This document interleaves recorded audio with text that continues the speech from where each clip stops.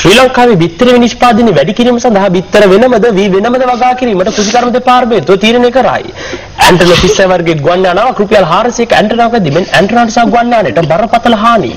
Pacific සාගරයේ මාළුපෑමටගේ ජීව යාත්‍රාවක් විශාල නෞකාවක දිමෙන් නෞකාව මුහුදුබත්තිය.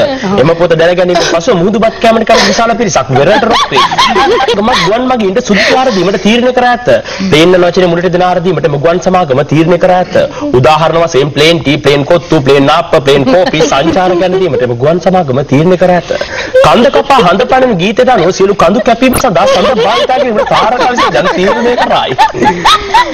ටෙන් ටෙන් ටොනනන් ටීනා නටරනන් ටීනන් නටනන් ටීනන් නටනන් ටී ටී ටී ටොන් ටී ටොන් මේ ශ්‍රී ලංකා හැලි වළංකඩු සේවයයි. මෙන්න සංගීත පුවත්. ප්‍රථමයෙන් සාමාන්‍ය පුවත්. පසුගියදා පැවති සංගීත සම්දර්ශන සින්දි සේනානායක වෙරළෙද්ද මහතා ප්‍රකාශ කර සිටියේ සාගර බඳු වේදනාව වූ සුන්නලා යන බවය. වැඩි දුරටත් දහස් දක්වමින් මේ මහතා ප්‍රකාශ කර සිටියේ පෙරම්පුල්ල බෝසතුන්ට මාරසෙන් සිටින බවය. සංවර්ධන පුවත්.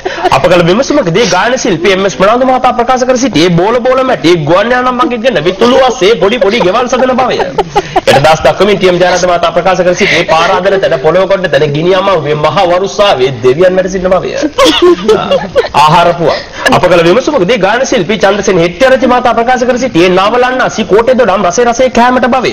එට දහස් දක්වමින් ප්‍රියන්ත ප්‍රනාන්දු මහතා ප්‍රකාශ කර සිටියේ ජීවිතේ මීබදයක් වන අතර එමි පැණි පිරී තිබෙන බවය. වැඩි දුරට දහස් දක්වමින් ජොලිසියා මහතා ප්‍රකාශ කර සිටියේ ජීවිතේ මී පැණි පිරී තිබුණද රැට වම්බටු කෑම වාත රගුණ බවයි.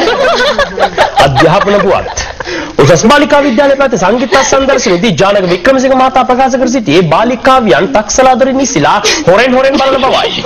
ඊට දහස් දක්වමින් පියා සූරසේන මහතා ප්‍රකාශ කර සිටියේ සුදු පරවිරාණසේ පියාසලා පාසල නිමවේ යවුන් කුමරියන් පිළිඳින ආනමුත් කුමාරෙක් මග බලා සිටි ඈ තාම පැමිණ නැති බවය. කාලගුණ පුවත්. කාලගුණ විද්‍යා දෙපාර්තමේන්තුවේ පැවති සංගීත සම්දර්ශනයේදී එච්.ආර්. ජෝතිපාල මහතා ප්‍රකාශ කර සිටියේ සුදු පාට මීදුම් ගලලා අරපේන කන්දේ කැපිලා තිබෙන බව. ඊට දහස් දක්වමින් පණ්ඩිත අමරදේව මහතා ප්‍රකාශ කර සිටියේ මහවැස්සක පෙරනිමි තිබෙන බවය. ප්‍රවෘත්ති සමාප්තයි.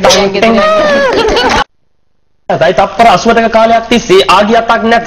ඔහුගේ හැඩහුරුකම් මෙසේය. උසාවි පහයි අඟල් 14යි. ශරීරය කොරට කපා ඇත. සමාවන්න කොණ්ඩේ කොරට කපා ඇත. තලෙන් සුරක තිබු ඔහුගේ කං කළුය. බලල් සහ බලුවේ පීඩා තිබු අතර කොණ්ඩේ පීඩා තිබුණේ අරියාදුවට පොලිසිටුව ආකාරයටය. අවසන් වරට දකින විට උඩුකය නිල් පාට කොට ටී-ෂර්ට් එකක් අද සිටි අතර යටකය ඇඳ සිටියේ තනි කළු නිර්වස්ත්‍රයක් පමණි.